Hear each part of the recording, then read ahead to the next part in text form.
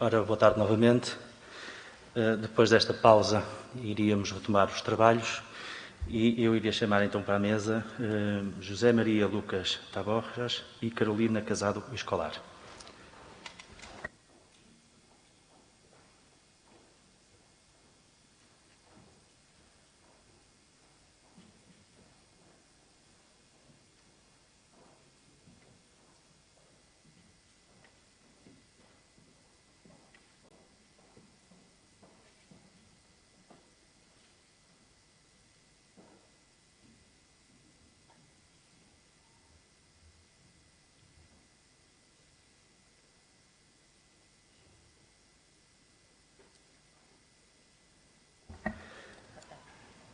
Boa tarde e bem-vindos a este congresso. Eu ia começar por uma pequena apresentação dos nossos dois convidados. José Maria Taborjas é licenciado em Turismo pela Universidade da Extremadura e diretor de empreendimentos de hotelaria e restauração e concentra mais de 15 anos de experiência na gestão e direção de projetos de organização de eventos, turismo, hotelaria e catering. Como técnico do projeto POCTEP Caminhos Jacobinos da Península Ocidental na Oficina de Promoção Turística da Deputação de Badajoz, do qual a Deputação de Badajoz é chefe de fila, tem a responsabilidade de formular e executar ações que permitem atingir os objetivos do projeto. Carolina Casado Escolar é licenciada em Turismo pela Universidade de Las Palmas de Gran Canária, acumula mais de 15 anos de experiência nas áreas de formação, consultoria turística e gestão e promoção de destinos turísticos. Desde 2016, tem vindo a desenvolver o seu trabalho na Deputação Providencial de Badajoz como chefe de oficina de promoção turística, lançando projetos que visem a transformação do turismo num motor de desenvolvimento socioeconómico dos municípios da província de Badajoz. Vão apresentar a conferência As Paisagens Literárias nos Caminhos Jacobinos da Península Ocidental. Sejam bem-vindos mais uma vez.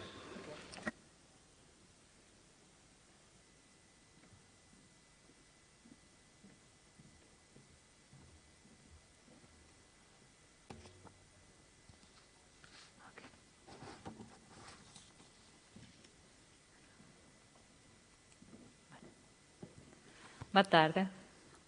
Em primeiro lugar, agradecer à organização deste congresso pela oportunidade de divulgar o trabalho que a Deputação de Badajoz está a desenvolver para promover os caminhos jacobinos da Península Ocidental e vinculá-los aos recursos endógenos do território que atravessam, através de valorização da riqueza natural, cultural e paisagística, e especificamente associada a um produto turístico que promovemos denominado Badajoz Paisagens Literárias.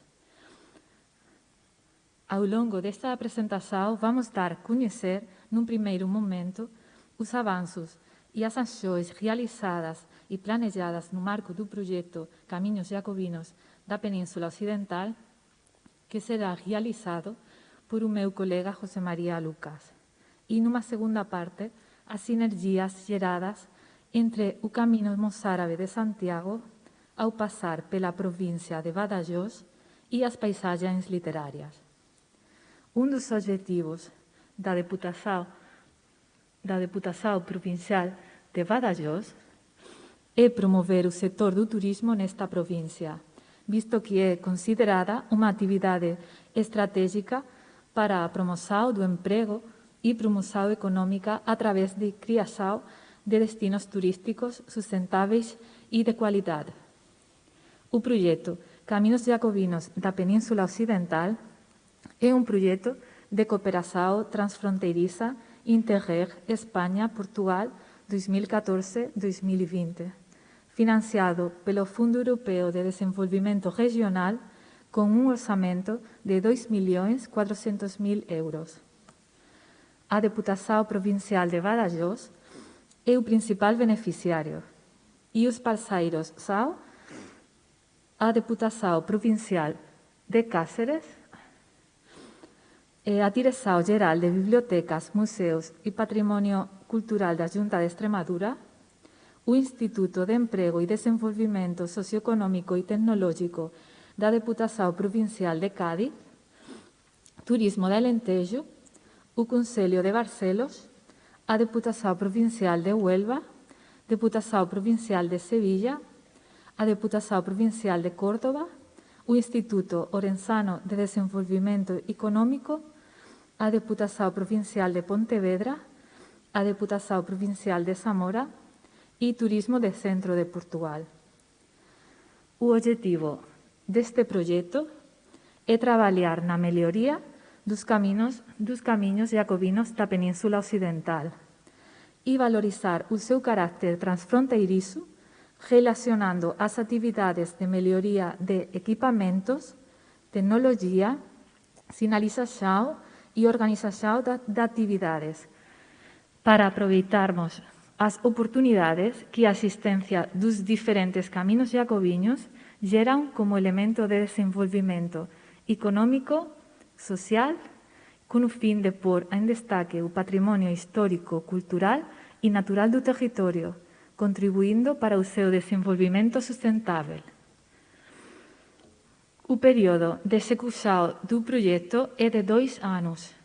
O orçamento da Deputação Provincial de Badajoz é 300.000 euros e o âmbito de atuação na província inclui os municípios por onde passa o Caminho Mozárabe de Santiago na província de Badajoz, especificamente os municípios de Campanário, Castuera, Don Benito, La Hava, Magacela, Medellín, Mérida, Monterrubio de la Serena, Torrefresneda, Santa Amalia, San Pedro de Mérida, Trujillanos, Villanueva de la Serena e Yelves. O projeto está estruturado em 6 atividades, sendo as seguintes: Atividade 1, estratégia de sinalização e aplicação de novas tecnologias no caminho. Atividade 2, estratégia para dinamizar os caminhos e recuperar o patrimônio construído. Atividade 3, estratégia de marketing dos caminhos jacobinos da Península Ocidental. Atividade 4, rede transfronteiriça dos caminhos jacobinos da Península Ocidental. Atividade 5, é atividade de gestão e coordenação. E atividade 6, relativa à comunicação. A seguir, o meu colega José María Lucas vai explicar em que consistem cada uma destas atividades que estamos a desenvolver, os avanços que temos feito e as ações que temos previsto.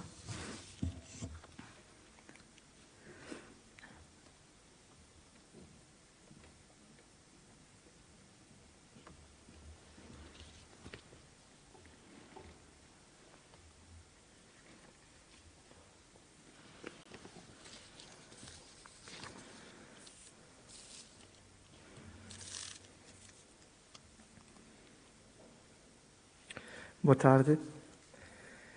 Vamos a ver uma a uma as atividades, as ações que temos feito. Atividade 1, estratégia de sinalização e aplicação de novas tecnologias na estrada. Sinalização. Com o objetivo de dotar os municípios de uma sinalização homogênea em torno do Caminho de Santiago, temos realizado um estudo sobre o estado da atual sinalização, sobre as deficiências e necessidades do caminho nesses municípios. Este estudo permitiu implementar uma sinalização homogênea, o que contribui para a sua identidade como roteiro cultural e turístico para aumentar a segurança do peregrino. A eliminação de pontos negros.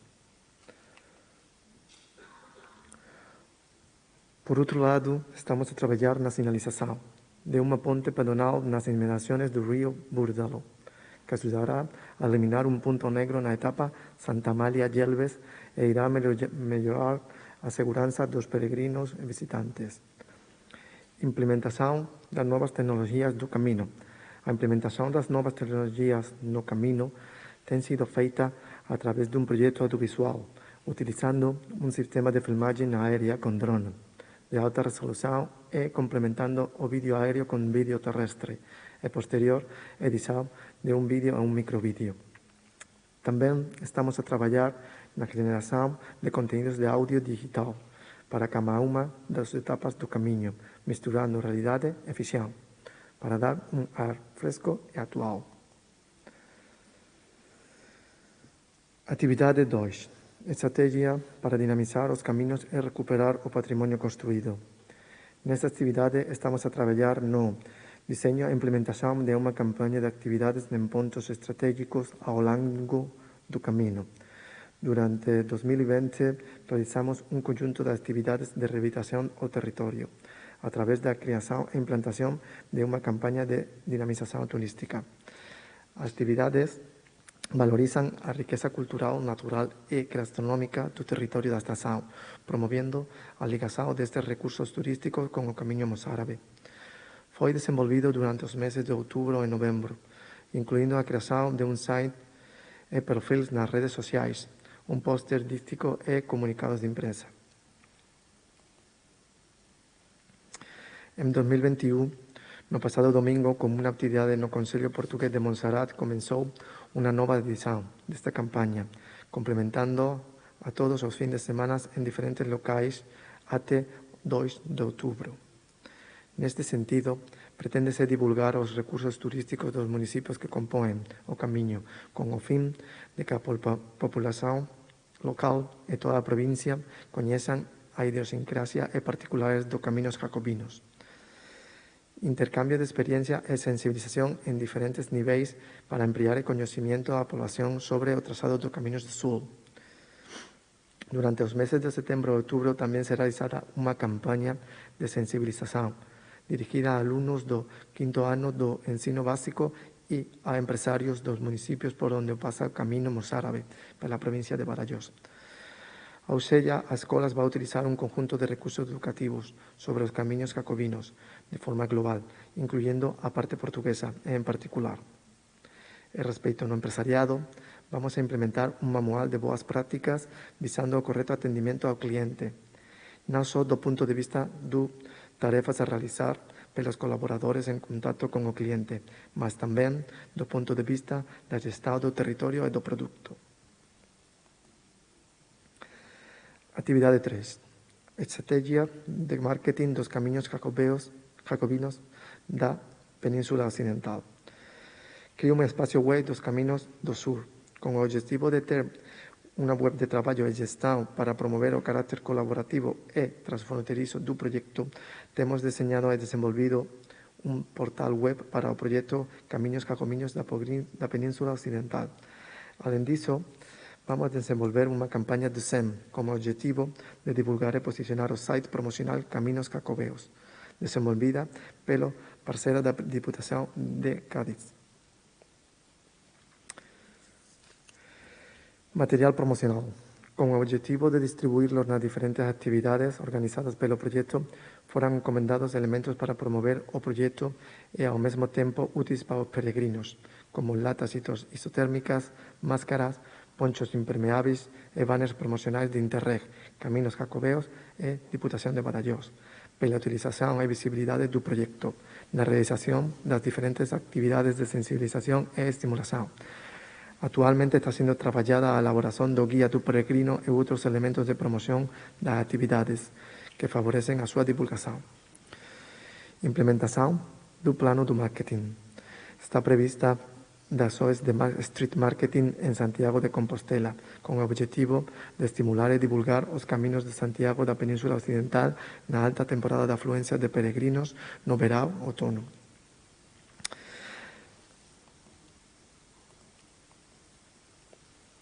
Actividade 6. Comunicación. O plano de comunicación do proxecto. Foi elaborado un plano que pretende ser o roteiro que rege todas as ações de promoción e comunicación realizadas ao longo da vida do proxecto por todos os parceiros. Seguindo o roteiro previsto no plano de comunicación do proxecto, está sendo feito un traballo de adaptación do conteúdo digital ao guía do peregrino para contenidos multimedia e interactivo, incluindo tamén todo o contenido audiovisual criado, como os vídeos con drone e podcast, de cada unha dos etapas do territorio que nos ocupa. Antes de proseguirnos con a segunda parte da presentación, vamos a ver un vídeo que é representativo dos recursos turísticos do proxecto.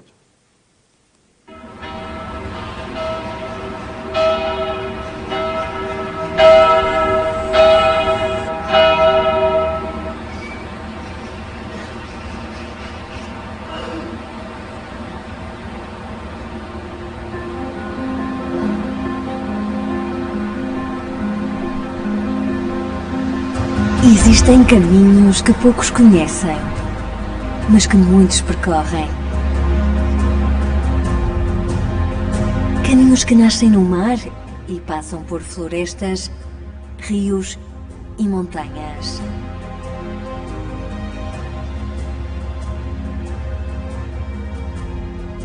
Caminhos que cruzam um terreno simples, mas repleto de riquezas. Árvores que produzem ouro líquido. Pessoas que guardam os sabores de sempre. Paisagens infinitas de plantações e céus limpos e puros. Uma terra escondida para viver pelos primeiros colonos.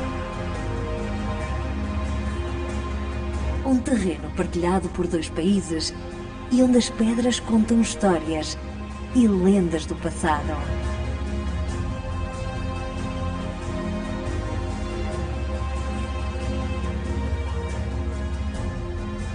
Paisagens únicas com pôres do sol ardentes que são gravados na retina e terminam em noites de milhões de estrelas. Um caminho para explorar com os 5 sentidos.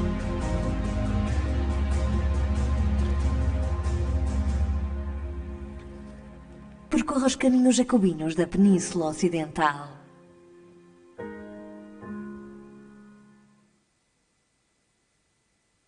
Obrigado.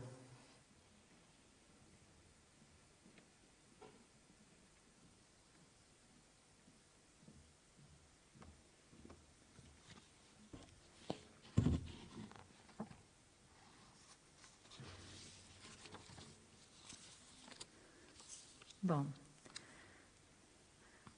como mostra a explicação inicial e este vídeo que acabamos de ver, os municípios por onde passa o caminho mozárabe de Santiago, o jeito das ações levadas a cabo pela Deputação de Badajoz no projeto Caminhos Jacobinos da Península Ocidental, são múltiplos com recursos muito variados. Especificamente, podemos destacar o patrimônio material e imaterial, contando com uma cidade patrimônio mundial como é Mérida, Magacela, declarada sítio histórico artístico, também destaca o Teatro Romano de Medellín e, quanto à natureza, temos o Parque Natural do Curnalvo e a paisagem que o rio Guadiana desenha ao passar pelas vegas altas de Guadiana, que constituem um ambiente natural de montado e cultura. Por outro lado, a riqueza gastronómica mostra-se de produtos autóctones e silvestres, até mesmo distinguidos com qualidade certificada, como o azeite virgem extra azeite de Monterrubio e o queixo de La Serena, ambos com denominação protegida de origem. Neste sentido, e dado que os caminhos jacobinos da Península Ocidental são um claro exemplo de fomento de sinergias geradas em torno dos ancestrais percursos de peregrinação, desde a Deputação de Badajoz desenvolvimos um produto turístico para valorizarmos os recursos literários da província, com o objetivo de complementar a oferta turística com um produto cultural original e de qualidade, para acrescentar a atividades dos nossos municípios. Badajoz Paisagens Literárias é um produto turístico que visa valorizar os recursos literários da província, evidenciando os vestígios nas suas localidades de origem ou vizinhança da vida e obra dos principais escritores e escritoras da nossa terra. A seleção dos enclaves da proposta Badajoz Paisagens Literárias pode resumir-se a seguintes grandes períodos da literatura da Extremadura: o humanismo, representado pela gramática de Nebrija, quem escreveu primeira gramática espanhola em Zalamea de la Serena, e Arias Montano, de Fregenal de la Sierra. O século dourado, com o prefeito de Zalamea de la Serena, a ilustração com Juan Meléndez Valdés, de Ribera del Fresno, o romanticismo con José de Espronceda y Carolina Coronado de Almendralejo, un modernismo con Felipe Trigo de Villanueva de la Serena, un casticismo con Luis Chamizo de Guareña e Isabel Gallardo de Villanueva de la Serena, a literatura dos séculos XX e XXI con José Miguel Santiago Castelo de Granja de Torrehermosa, con Dulce Chacón de Zafra, con Luis Landero de Alburquerque y Pablo Guerrero de Esparragosa de Lares. E a literatura, por último, a literatura do século XXI con A Terra que Pisamos de Jesús Carrasco, de Feria. Un dos principais narradores modernistas españois foi Felipe Trigo, que nasceu en Villanueva de la Serena, cidade por onde pasa o camiño mozárabe, e onde coincidía na época con a escritora Isabel Gallardo, que, embora nacida en Orellana de la Sierra e estilísticamente distante de Trigo, era contemporánea del e representa un contrapunto literario que expresa ben a diversidade do ambiente cultural alcanzado por Villanueva de la Serena naquela época. Felipe Trigo foi un autor moito prolífico. Escreveu 17 romances, 24 contos, 3 pesas, 4 ensaios e unha colección de contos intitulada Cuentos Ingenuos. E nunca deixou de publicar artigos de jornal, dos quais editou 3 compilações. O autor é máis lembrado por 2 obras en que prevalecen as súas preocupacións regeneracionistas, próximas das ideas dos membros da Geração de 98. Ela Sao, un médico rural e Garrapalejos.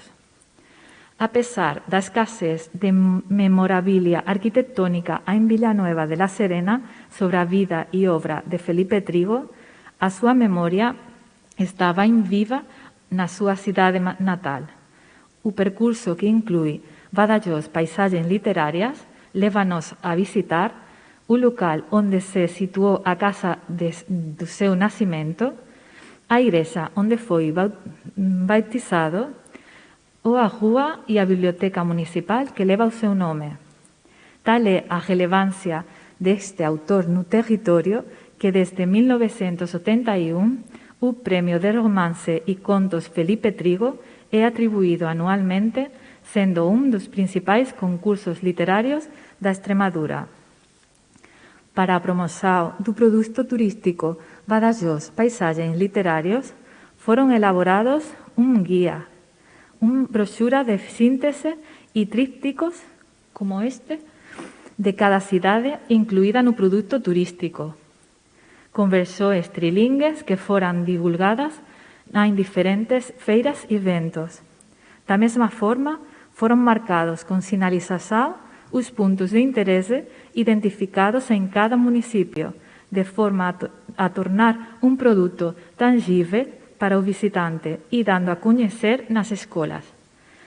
Finalmente, no ámbito do proxecto Camiños, son reforzadas as sinergias existentes entre o percurso de peregrinación do Camiño Mozárabe de Santiago ao pasar pela cidade de Villanueva de la Serena a través da valorización do produto Badajoz Paisaxes Literarias.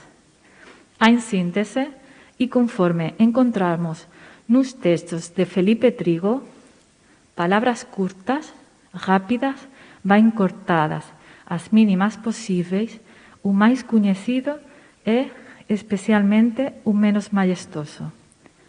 Para finalizarmos, vamos ver outro vídeo no proxecto Camiños, mas neste caso só veremos o ámbito do Camiño Mozárabe de Santiago.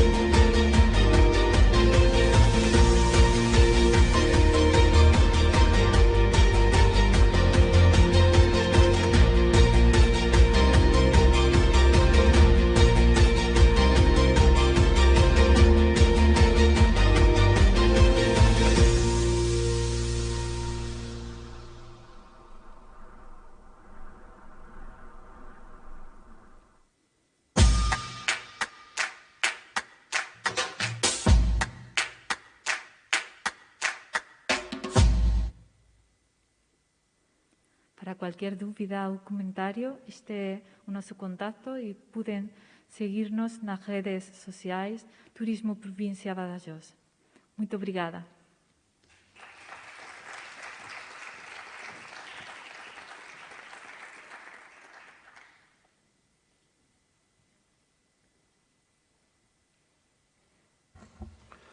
Bom, terminada então estas apresentações deste painel da tarde, cabe-me o papel de passar para a plateia a palavra e tentar perceber se do vosso lado existe ou existem perguntas que queiram colocar aos nossos oradores.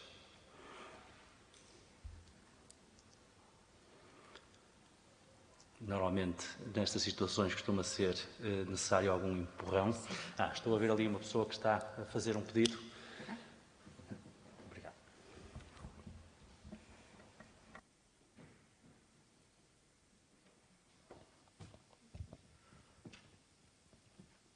Bem, boa tarde e obrigado pelas apresentações, desde o painel que abriu com a professora doutora Lúcia Rosas até a este que termina com a Deputação de Badajoz. Eu, antes da questão, queria parabenizar todos, mas de forma muito particular, a candidata a mestre Carolina e a Mariana, pela coragem de se colocarem à disposição de todos estes participantes, porque eu sei que o lugar não é fácil e exige muita coragem. Portanto, meus parabéns de forma particular. Quanto à questão, eu queria colocar, durante bastante tempo, e por iniciativa até do CROAB e de outros gabinetes técnicos locais, fizeram-se o levantamento das técnicas de construção tradicional. Elas foram sendo aplicadas em alguns projetos de reabilitação, mas a verdade é que o lugar onde elas se conservam, sobretudo in situ, é nestes locais tão afastados das realidades das cidades, que têm uma vida muito mais dinâmica e que crescem dentro de uma organicidade que foi quebrada. Esta localização dessas técnicas de construção que se conservam também é uma preocupação presente nestes trabalhos que vocês desenvolvem. Esta era a questão.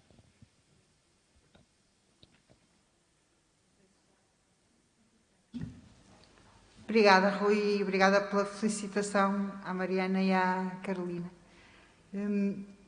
Sim, digamos que as técnicas construtivas são, e o saber ligado às técnicas construtivas, são uma das maiores preocupações de quem lida com este património, não é? E há aqui um grande desfazamento entre o que acontece, sobretudo no Sul, sobretudo no Alentejo, onde há mais do que uma escola profissional da construção em adobe e da construção em terra, e há muitos anos, desde a candidatura, que se fala da necessidade de uma escola profissional ligada à construção em xisto. Isso não existe, não foi para a frente, não houve vontade político no sentido geral, não houve provavelmente vontade política de o fazer, e realmente estamos no limite da sustentabilidade daquelas técnicas. Porque hoje as tutelas obrigam a que as casas feitas ou refeitas dentro da região demarcada ou do ADV tenham uma parte das paredes em xisto. Só que estas paredes em xisto não são paredes em xisto, são paredes de tijolo ou de cimento forradas a lâminas de xisto. Isto não tem nada a ver com a técnica de construção dos muros do xisto, não é? São coisas, portanto, não é por aqui que a técnica vai ser conservada. Era urgente e no Alentejo, tanto em Serpa como noutros locais, tem tido imensa adesão, até porque, como é sabido, hoje os arquitetos e os engenheiros procuram muito a construção em terra e adobe pelas suas qualidades de grande adaptação a climas extremos, muito quentes e muito frios, e sabe-se que a construção em terra é uma construção com valores ecológicos que hoje esse aspecto é hoje tão importante, e realmente no Sul tem-se conseguido fazer isso de uma forma continuada, e uma dessas escolas já tem pelo menos 20 anos. O que permite reabilitações de herdades e de construções em vilas com técnicas verdadeiramente tradicionais que se foram sendo passadas nessas escolas. Aqui no Douro não existe, mas obviamente que seria um aspecto não só para o Douro, como para todo o norte de Portugal. Já houve uma escola de construção de granito no Porto, desapareceu, e seria fundamental que isto se fizesse para tudo, para a reabilitação, para a própria arqueologia, para imensas atividades do dia-a-dia, das casas, das pessoas, dos caminhos, das calçadas, de tudo e mais alguma coisa. Realmente somos um país com tradições muito interessantes em termos construtivos, com materiais muito distintos e técnicas muito distintas, e elas estão, como disse, lá em cima, para se fazer um bocadinho de um muro, realmente um muro de xisto, há uma pessoa, 2 pessoas que são capazes de o fazer, e daqui a uns anos essas pessoas já não existem, não é? Portanto, temos que fazer aqui uma espécie de manifesto a favor das escolas da construção. Mas é uma questão importantíssima.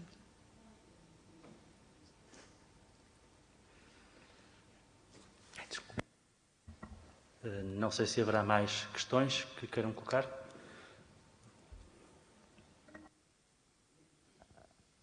Já sabia que eu ia falar. Boa tarde. Antes do intervalo, a sua doutora Salvio Mariana falou sobre os moinhos, não falou das azenhas, foi só de moinhos. Eu queria perguntar se tem conhecimento que ali na Zurara há um moinho abandonado há décadas após décadas, não sei se já chegou ao século, mas há várias décadas. Pelo menos 5, 6 décadas está abandonado completamente. E se a doutora Mariana ou o doutor Pedro Burchato, se me sabe dizer algo, se pensam em deixar aquilo desaparecer, ou se estão à espera de alguma coisa especial.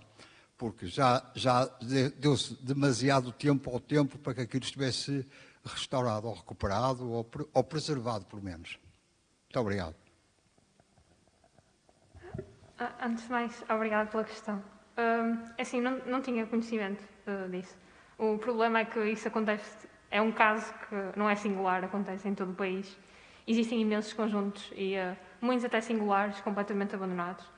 E isso não cabe, assim, neste caso, habitualmente cabe-nos a nós, estudantes e historiadores de arte e agentes patrimoniais, ter a iniciativa, pelo menos é isso que acontece, de reabilitar este tipo de património. Contudo, também é necessário a comunidade ter vontade, não é? Porque é preciso financiamento e pronto, isso acaba por não acontecer. E é esse o grande problema deste tipo de património, é o seu abandono e a pouca vontade que existe de o preservar. E essa é a minha questão. Obrigada pela questão, outra vez. Bom, deixe-me só completar a pergunta, ou melhor, a resposta. No caso do município de Vila do Conde, não havendo nenhum projeto específico para reabilitar este tipo de património na atualidade, não significa que ele não esteja a ser desmerecido. Existe um levantamento feito pelo Gabinete de Arqueologia Municipal sobre a localização de uma boa parte dessas estruturas. Não digo da totalidade, porque este tipo de levantamentos nunca está terminado, mas nós sabemos a localização desse património. Por exemplo, eu dou-lhe o exemplo de mais um moinho de vento que existe, e isso é um apelo que eu posso fazer, é que se quiser completar o trabalho, pode nos contactar e no município de Vila do Conde terá o apoio necessário para esse efeito.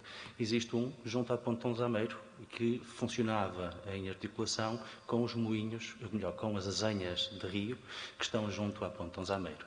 Portanto, não havendo um projeto para fazer a revitalização ou fazer a musealização de um destes elementos patrimoniais, existe pelo menos a sua identificação o mais detalhada possível. Obviamente que vão surgir sempre novos elementos e a carta que nós estamos a fazer e estamos permanentemente a atualizar vai ser, obviamente, melhorada.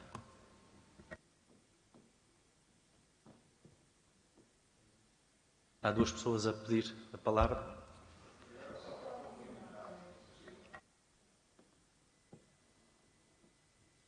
Já agora, já que estava com a Namassa, é que exatamente na mesma zona há 2 coisas que eu julgo que estão muito ignoradas cá em Vila do Conde, que são as marcas da entrada da Barra de Vila do Conde, que eram chamadas marcas de leste. Uma está ali à face da estrada, número 13, e outra está lá embaixo à beira do campo de Campinos. Se por acaso também é isto previsto ou se... Existe e no projeto... Muito obrigado. desculpem estar a monopolizar as respostas, mas não sendo eu o orador, mas é só para esclarecer. Está também identificado esse património. Se reparar, junto à nau existe um monólito, que também é uma pedra de marca, precisamente de navegação no rio, e esse património será, obviamente, alvo de uma especial atenção com um novo projeto que a Câmara candidatou aos EE Grants e que brevemente dará frutos.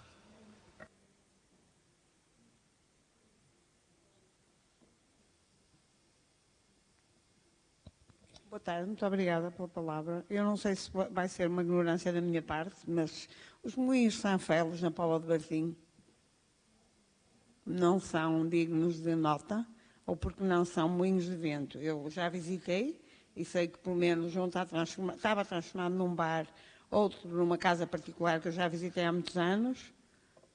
Não sei se são dignos de registro ou não, sinceramente. Os moinhos de Sanfelos, na Póvoa de Varzim. Que há 4, penso eu, pelo menos. Um é uma habitação, que eu já vi há muitos anos. Outro estava num bar, mas também já não vou lá para há 3 ou 4 anos. E há mais. Na zona que eu saiba, são os mais bem tratados. É assim, se eles não se encontram ao abandono, é porque eles... então, eles certamente devem estar listados na base internacional Como não estou a perceber? Eles certamente estão listados na base de dados internacional de molinologia. Pois, mas são dignos de nota, não é? Sim, eu irei, claro, obviamente estudar. O meu objetivo é estudar vários conjuntos mineralógicos e também pretendo estudar os conjuntos, especialmente aqui no Norte, e por isso, sim, claro que são dignos de estudo. Não digo o contrário, mas simplesmente não fizeram parte daqui. Como queria alertar, que esta semana foi digno de nota, por acaso foi no Facebook, mas eu sei que eu estive lá há 2 anos, o moinho de Monte Dor, em Viana do Castelo, não está como ali mostrava, ele está a cair. E não está a ser intervencionado pela Câmara de Viana do Castelo. Não, eu não disse que os moinhos de Viana do Castelo estavam a ser intervencionados, eu disse que eles já foram intervencionados em 2002. Os que se encontram... Mas o de Monte Dor está a cair. O que se encontram a ser intervencionados são os moinhos da Abelheira. Ok. Mas o Monte Dor está a cair. Mas... como foi possível ver na legenda, as fotografias não são minhas, eram de origem. Sim, desculpa. Não tem problema nenhum. Acho que é digno de ser falado. Sim, eu simplesmente é que não estava a par da situação. Eu nunca fui ao local. Eu conheço bem o local. Já li lá há sobre 2 anos e, por acaso, vi que não está em muito bom estado. E esta semana, alguém que é fotógrafo amador, penso que do Porto, publicou no Facebook e é verdade, ele está a cair. Ok. Muito obrigada e agradeço a informação. Obrigado eu. Eu irei dar update ao que eu sei sobre os moinhos. Muito obrigada. Obrigada. Mais questões?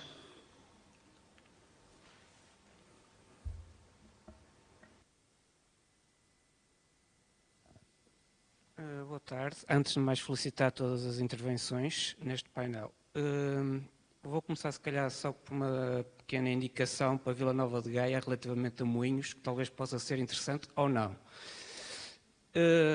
Eu, no âmbito de outros projetos profissionais, deparei-me no Arquivo Municipal de Gaia com moinhos de vento no Monte de São Bartolomeu, nos Carvalhos. Eu não sei exatamente qual era a época, porque não era esse o âmbito do meu estudo, mas estão lá fotografias que, se quiser consultar para a sua base de dados, poderá ser útil, penso eu. Por exemplo, na Granja, recentemente passei pela Granja e não há nenhuma indicação toponímica a dizer que existiu ali moinhos, por isso o seu trabalho é muito relevante. Fala noutras situações da Granja, mas não em termos molinológicos.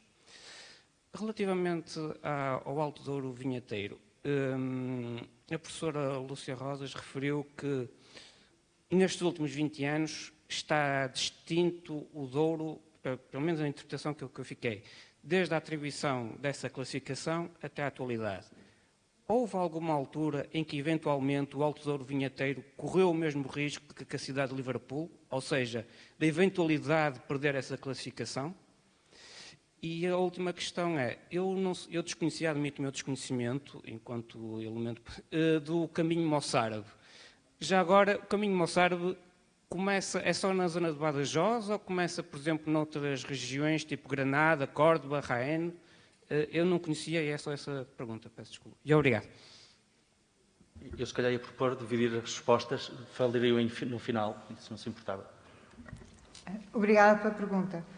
Sim, houve inicialmente, portanto, como sabe, a armação do terreno para a plantação da vinha é feita por máquinas já desde há muito tempo. E desde a classificação, e já antes, era feita por máquinas. Ora, se um dos cernos da classificação é o terraceamento, e o terraceamento com muros de pedra, estamos a entrar numa clara contradição entre a paisagem que foi classificada e a paisagem que existe, ou que já estava a existir quando ela foi classificada. Só que ainda era mais residual do que é agora. E o que diz faz todo sentido. A própria Unesco, embora isso não tivesse saído muito publicamente, a própria Unesco chegou a pôr em causa a classificação, como no caso de Liverpool foi mesmo retirada, não é? Chegou a pôr em causa a classificação, como aconteceu com Sintra, justamente por causa dessa transformação de uma coisa que estava classificada como tal. Seja como for, o que foi conseguido, e aqui, obviamente, os organismos do Estado têm uma importância enorme, o que conseguiram na altura foi que a classificação não fosse retirada e, muito francamente, nunca mais voltei a ouvir falar no assunto. Hoje faz-se muita vinha em patamares e não em socalcos, muita vinha ao alto, sobretudo no Douro Superior. No fundo, hoje temos uma paisagem que já não é o que era quando foi classificada.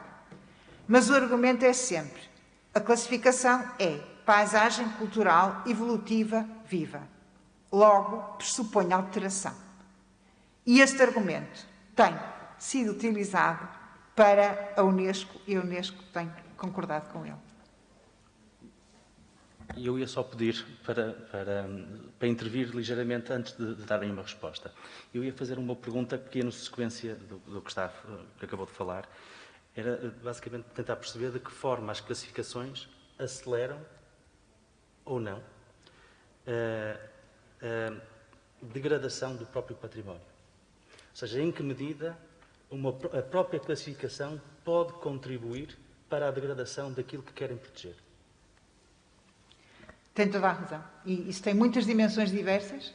No caso do autor vinheteiro, há tantas dimensões, tantos agentes ali, não é? A questão, não estamos a falar do Mosteiro da Batalha ou da Matriz de Vila de Conde. Estamos a falar de um território economicamente explorado, economicamente muito rentável e onde há muitos interesses, naturalmente. Portanto, estamos a falar de um território particularmente sensível. Não é um parque natural, onde por natureza não se pode construir, não se pode mudar, não se pode... Isto é uma paisagem de negócio, uma paisagem...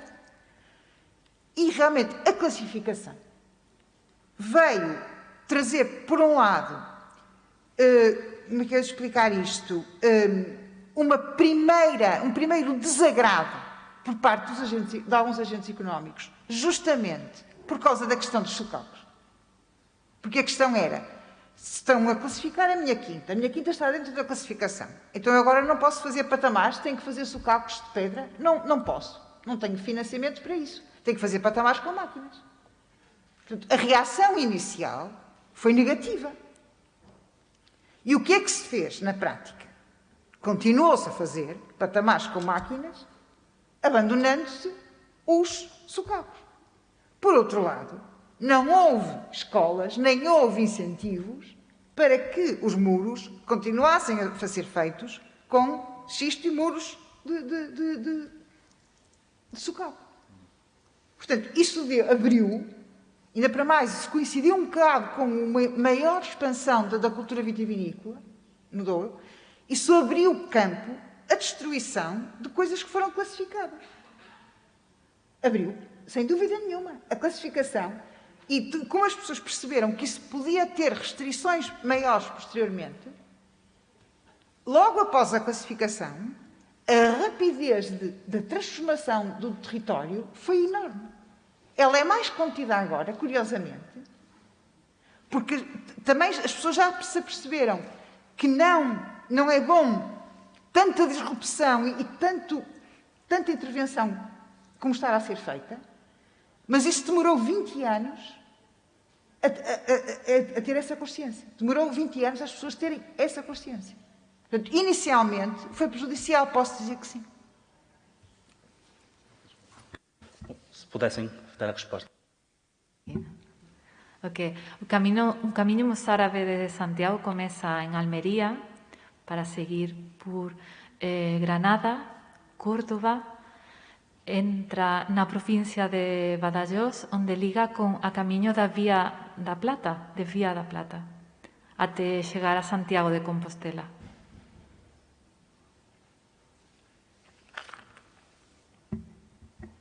Mais questões?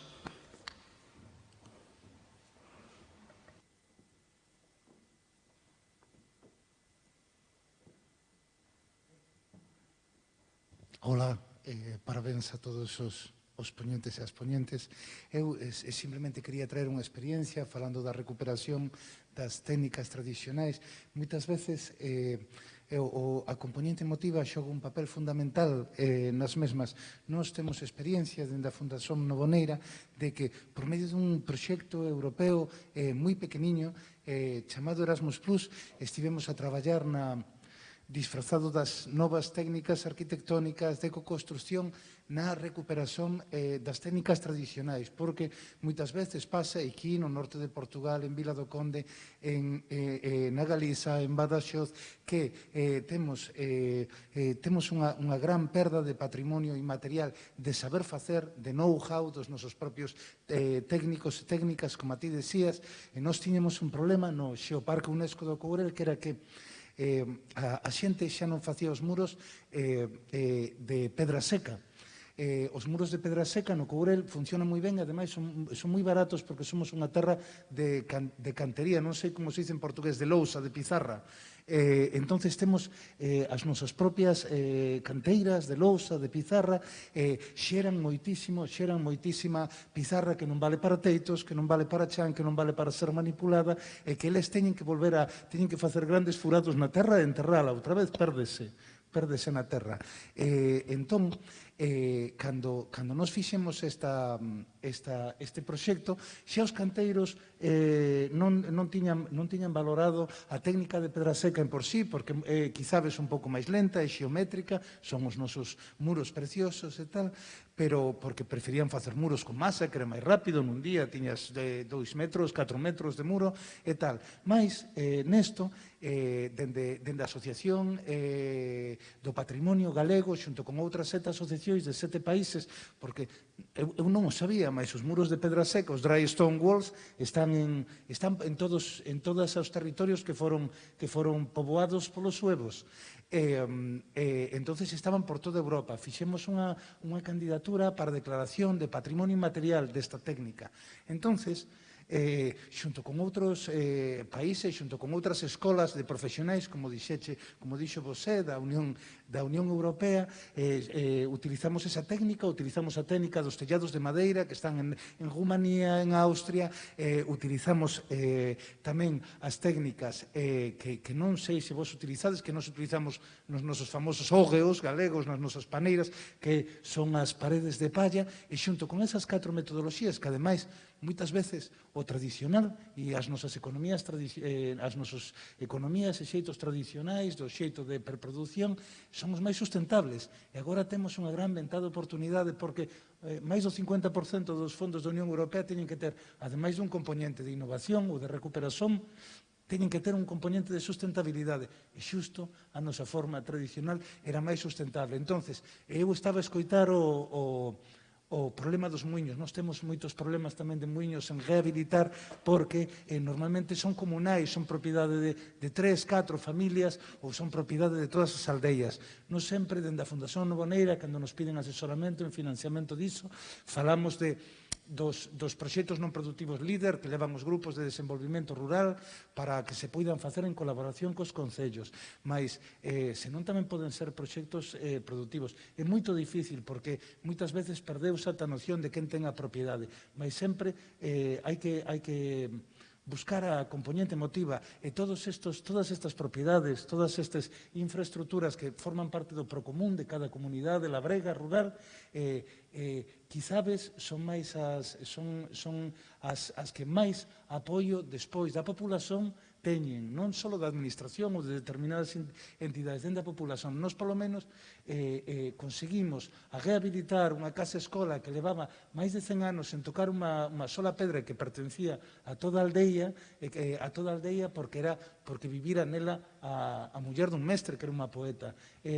Sempre hai que intentar, como complemento da nosa estrategia dos bens que están catalogados ou baixo a nosa titularidade, intentar mirar para eles. Ás veces é difícil, pero sempre unha estrategia complementaria moi boa. Nada máis, parabéns de novo a todos os de Badaxoz, os de aquí.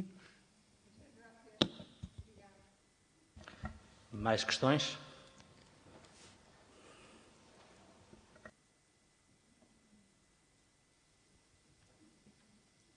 Ora, antes de mais, quero agradecer a todo o painel de oradores, quer da parte da manhã, quer da parte da tarde, pelas suas intervenções, que estão a ser muito boas e muito ricas. O meu nome é Tânia e eu faço parte da União de Freguesias de Bagum de Ferreira Alteiro, Maior e Parada. Somos a maior união de freguesias do concelho de Vila de Conde e somos uma união de freguesias bastante rica, no sentido que temos um caminho de Santiago, que passa por a nossa zona, temos a Cidade de Bagunte, a Ponte Zameiro, os Fornos da Cal e entre muitos outros pontos de interesse. O que nós estamos a fazer na União de Freguesias é o projeto Revisitar, não sei se é do conhecimento, acho que o Dr. Pedro Bruxado tem, porque nós temos o apoio da Câmara Municipal de Vila de Conde.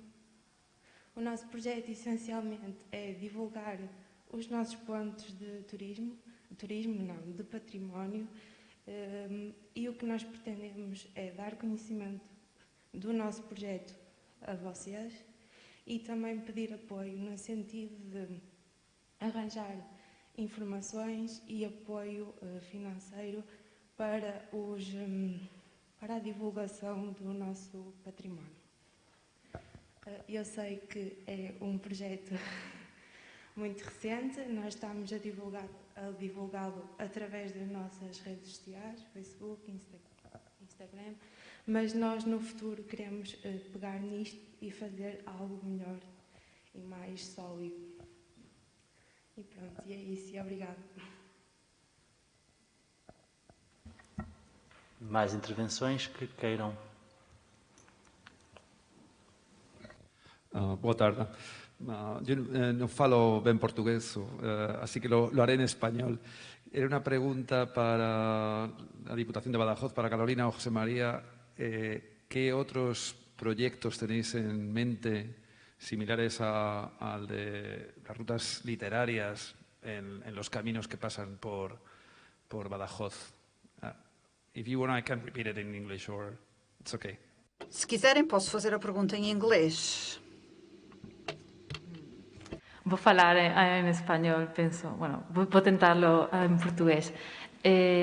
Além de ter as paisagens Badajoz, as paisagens literárias, temos outros produtos turísticos, como rutas e lendas pela província de Badajoz, baseada em antigas lendas que levan anos contándose em diferentes municípios, e estamos de tentar gerar sinergias com o caminho mozárabe também por os municípios por onde passam e temos essas lendas. Além disso, o ano passado publicamos um guia de pioneiras na província de Badajoz, baseada na história de mulheres que deixaram uma marca com a sua vida e a sua obra, e temos pensado no futuro vinculá-lo também aos municípios da Caminho Mozárabe, ao passar pela província de Badajoz. Sempre o nosso objetivo pôr em destaque os recursos turísticos da província, como vimos nos vídeos, são múltiplos e variados, mas tentamos de implementar inovação e novos argumentos de viagem para fazer mais interessante e captar os novos segmentos turísticos, sempre vinculando-los com outros produtos ou rutas que já temos implementada, como o Caminho Mozárabe. Também, agora mesmo, está a vir muita financiação da Europa com fundos Next Generation e estamos a trabalhar para apresentar uns planos de sustentabilidade turística. Nesses planos também tentamos de fazer ou propor novas atuações nestas rutas ou precisamente no Caminho Mozárabe. Neste caso, estamos a trabalhar em uma convocatória que finalizará o próximo 20 de setembro, sim, para captar dois novos planos para a província. Posso fazer uma pergunta adicional sobre esse tema? Primeiro, tentar perceber quais são os impactos que o Covid-19 teve no vosso território ao nível dos caminhos de Santiago. E se vocês desenvolveram estratégias específicas para contornar esse problema no funcionamento dos caminhos. E, por outro lado, tentar perceber como é que o vosso projeto fez a ligação entre a parte literária e os caminhos de Santiago. Pelo que percebi, os autores não falam necessariamente sobre o caminho. Não. São autores que ou estariam próximos, ou viveram próximos, ou nasceram próximos do caminho, e eu gostaria de perceber como é que fizeram essa ligação no vosso projeto. Ok. Dentro das atividades da campanha de dinamização turística e de sensibilização de escolares que o meu colega José Maria comentou, tentamos de pôr em destaque e dar a conhecer a população do território por onde passa o caminho, os recursos, incluindo estas novas propostas de turismo que fizemos desde a Deputação de Badajoz. Concretamente, o Caminho Mozárabe passa pela cidade, pelo município de Villanueva de la Serena, onde dentro do nosso produto Paisagens Literárias temos o Felipe Trigo e Isabel Gallardo.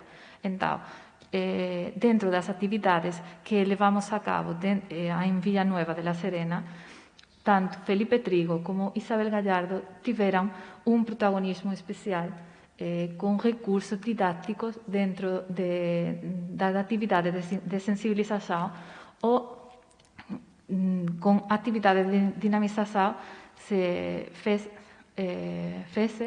uma gincana dentro do município, recorrendo os pontos onde este autor nasceu, recebeu o bautismo e pusimos em valor, através de recursos didáticos, essas vivências ou vivencias ligadas a esse autor. Respeito aos impactos, não é? A primeira pergunta, impactos no território, como este projeto que hoje temos apresentado, levamos trabalhando nele 2 anos, mas antes de que a Deputação de Badajoz começarmos a trabalhar nele, o Grupo de Desenvolvimento Rural do Território e uma associação de amigos do Caminho Mozárabe levam anos trabalhando em território. Desde o nosso ponto de vista, vemos que há muitas necessidades para que um caminho mozárabe esteja ao mesmo nível que outros caminhos mais conhecidos. Então, pensamos que ou tentamos solventar estas debilidades com diferentes talleres ou formação para empresariado em matéria de atenção ao cliente, Agora mesmo, proximamente, vamos implantar um manual de boas práticas para melhorar a qualidade de serviço de empresariado. É verdade que estamos num ano de pandemia que é muito difícil, não é a realidade, mas detectamos que é importante promover a formação do empresariado do território para o empresariado que já existe melhore e podamos gerar novas oportunidades de emprego e de autoemprego. Por outro lado, as escolares são um ponto muito importante desde o nosso ponto de vista, porque são os turistas do futuro, os peregrinos do futuro, e pensamos ou tentamos sensibilizá-los. Levamos já 2 anos, mas o Grupo de Desenvolvimento Rural já levava vários anos implementando formação para estes escolares, sempre o mesmo nível de educação. Com isto pensamos que generamos consciência turística e damos o protagonismo ao caminho mozárabe e a gente do território, a população, adquirem consciência da oportunidade de desenvolvimento que tem o seu território rural em torno ao caminho. Mais questões?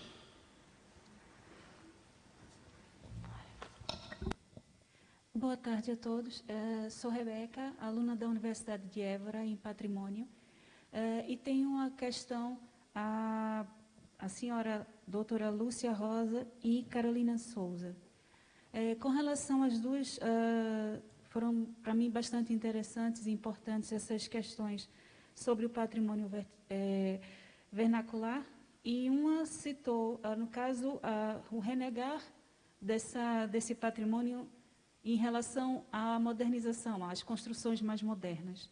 E a outra sobre a imitação, não é, do vernacular.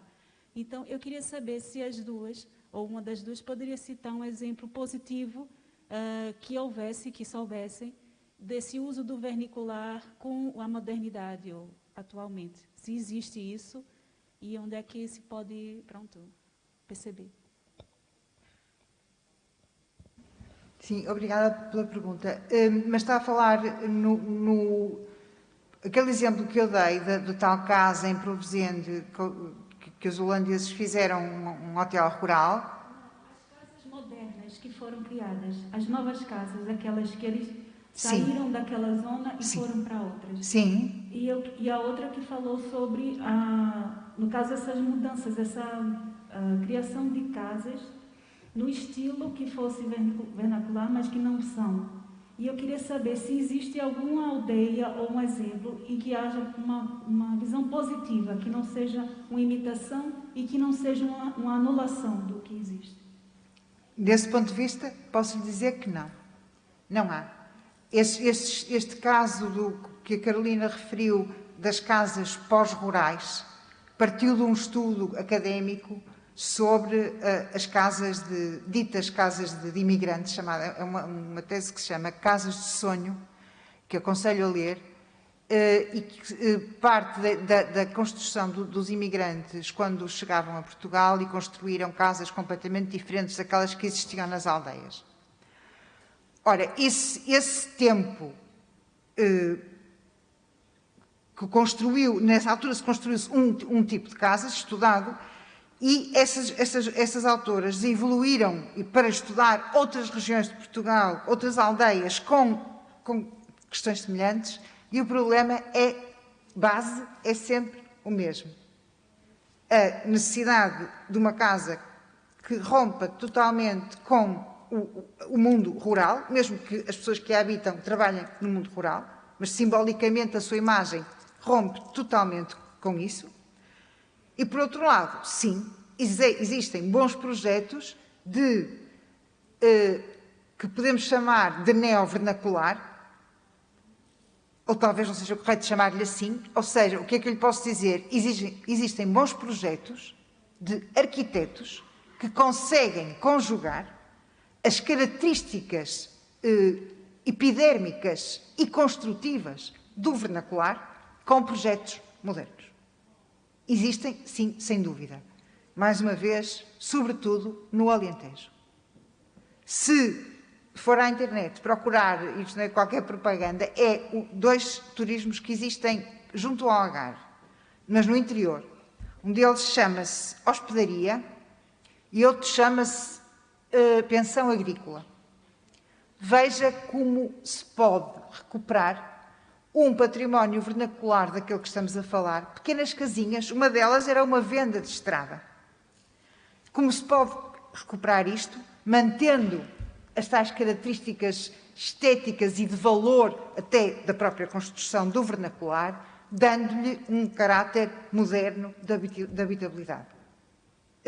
Há outros exemplos, estamos agora a falhar um. Exemplo máximo de tudo isso é uma herdade que recebeu até um prémio, uma herdade no Alentejo, que foi recuperada pelo arquiteto Souto Moura para turismo. E é um exemplo em todo o mundo, neste momento, de uma recuperação de uma arquitetura vernacular, tradicional, taipa, tal, transformando-a numa unidade hoteleira, neste caso, verdadeiramente de luxo, mas com soluções mínimas, com intervenções muito bem proporcionadas, sem que o vernacular desapareça com os outros materiais, conjugando as duas coisas de uma maneira muito satisfatória do ponto de vista da requalificação. E agora não estou a lembrar do nome da herdade. Como? Barrocal, muito obrigada. Herdade do Barrocal. Veja também a herdade do Barrocal na internet. Aldeias, no caso, não há de todo. Não, porque as aldeias não são uma coisa una. As aldeias só são unas quando foram classificadas aldeias históricas, aldeias de Portugal, aldeias isto. Mas isto já são artificializações, como disse a Carolina, das aldeias, como Quintandona. Parou-se o tempo e agora, a partir de agora, é sempre assim, não se pode fazer mais nada do que isto. É parado no tempo, não é? Cristalização. Exatamente. É cristalização total. Agora, aldeias onde isso é uma realidade que não existe. Porque em todas elas nós temos a convivência de boas recuperações de vernacular, más recuperações de vernacular, coisas completamente industriais. Quer dizer, as nossas aldeias, a realidade é a multiplicidade. E quando vir uma aldeia muito arranjadinha, desconfie.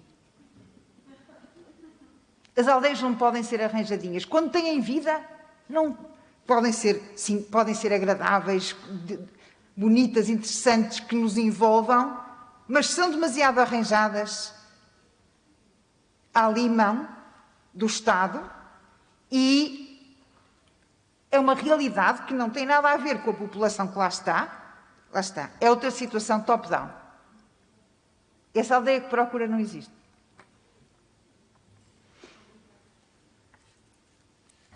Mais questões? Eu estou a ver duas não consegui distinguir qual terá levantado em primeiro lugar, mas... Antes de mais, boa tarde a todos e obrigada por este congresso ter vindo a Vila do Conde. Esperemos que venham mais congressos deste género por cá, trazendo também o mote dos caminhos de Santiago, da preservação, da arquitetura, o património e puxando um bocadinho, juntando dois temas que me são queridos, a parte da arquitetura e o vernacular. Não podemos esquecer que o arquiteto Souto Moura foi aluno do Fernando Távora, que foi o que juntou precisamente o melhor do moderno, ou seja, ele conseguiu transformar o moderno que se fazia na Europa ao vernacular e trazer as nossas reais tradições com a técnica da construção, ao fim e ao cabo. E é uma pergunta, essencialmente, para o Dr. Pedro Puxado, se há semelhança do que se está a fazer em Badajoz, pergunta e desafio, e tendo em conta o programa deste congresso, se já teremos em vista também possíveis roteiros dos nossos escritores por Vila do Conde, ou se já há alguma iniciativa até por parte do nosso albergue, do Conselho, para os peregrinos que por cá pernoitam. Ora bem, não sendo eu o orador, estou aqui a ser exposto a uma pergunta. Este projeto que estamos inseridos é precisamente o pontapé de saída para uma situação, não direi semelhante, mas parecida com o que foi relatado. Portanto, tentar valorizar estes dois patrimónios que em Vila do Conde também estão muito presentes. Portanto, a resposta muito mais concisa é sim, estaremos a dar o pontapé de saída para isto mesmo. Suponho que existe ali mais uma pergunta. Obrigada pelas ótimas explicações durante o dia de hoje. Voltando à questão da Quintandona, que é uma aldeia que eu conheço bastante, por sinal, e fiquei surpresa quando a Carolina disse que era assim. Eu queria saber qual é a linha tênue que nos separa. Ok, aquilo, como a professora disse, desconfie, mas que, ao mesmo tempo, leva para lá pessoas que saem de um turismo de massa do Porto, por exemplo, e vão ao mundo rural. Isso, ao mesmo tempo, não sei, me parece positivo, porque leva as pessoas para um mundo completamente diferente do Porto, tão próximo do Porto, por exemplo, mas, ao mesmo tempo, fica aquela divisão entre, desconfie. Ok, obrigada pela pergunta. Desconfio, sim, desconfio, porque é uma aldeia arranjada. Como eu referi, a Quintandona só é Quintandona, só tem um nome, e as pessoas só conhecem Quintandona agora. Antes de 2005, que foi quando arrancou o projeto para a requalificação, Quintandona era uma aldeia parada no tempo. Aliás, ela continua uma aldeia parada no tempo.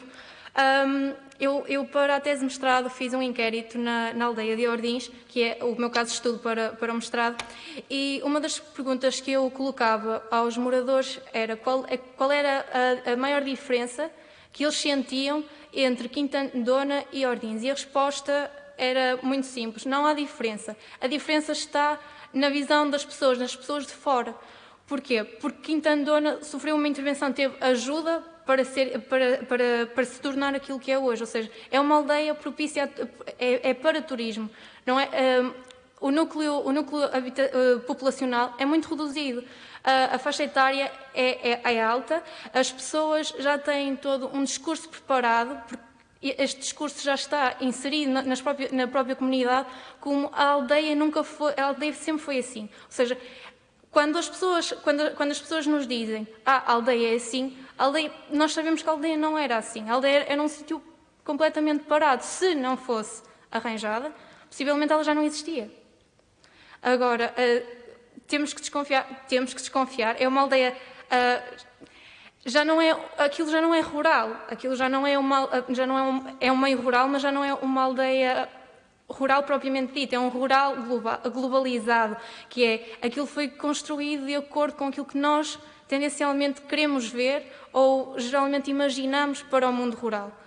Porque, sendo a arquitetura vernacular uma arquitetura funcional, em que o próprio ornamento é dado pela funcionalidade das arquiteturas, nunca existiria estas flores nas janelas, não existiam os pátios, os próprios pátios das casas, que eram espaços de trabalho, não eram tão organizados, nem eram vistos como espaços de lazer. Ou seja, houve toda uma alteração na própria essência da aldeia.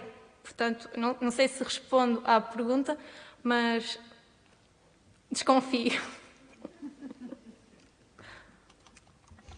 Mais questões?